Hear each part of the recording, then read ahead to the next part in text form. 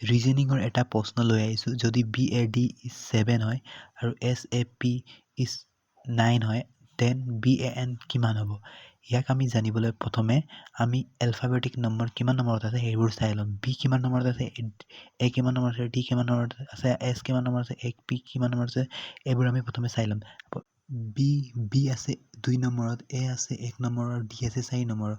এইবোৰক আমি প্লাছ কৰি ল'ম আমি পাম 7 তেনেদৰে আমি যদি S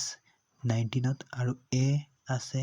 1 নম্বৰত আৰু P আছে 16ত এইবোৰ প্লাছ কৰিলে আমি পাম 36 কিন্তু 36 তো মিলা নাই সেইকাৰণে আমি 3 আৰু 6ক প্লাছ কৰি দিম আৰু 3 আৰু 6ক প্লাছ কৰিলে আমি পাম 9 ঠিক সেইদৰে আমি BAN ইয়াক আমি কিমান পাম ইয়াত টোটেল কৰিলে আমি পাম 17 কিন্তু 17 তো ইয়াত অপচনত নাই সেইকাৰণে আমি 1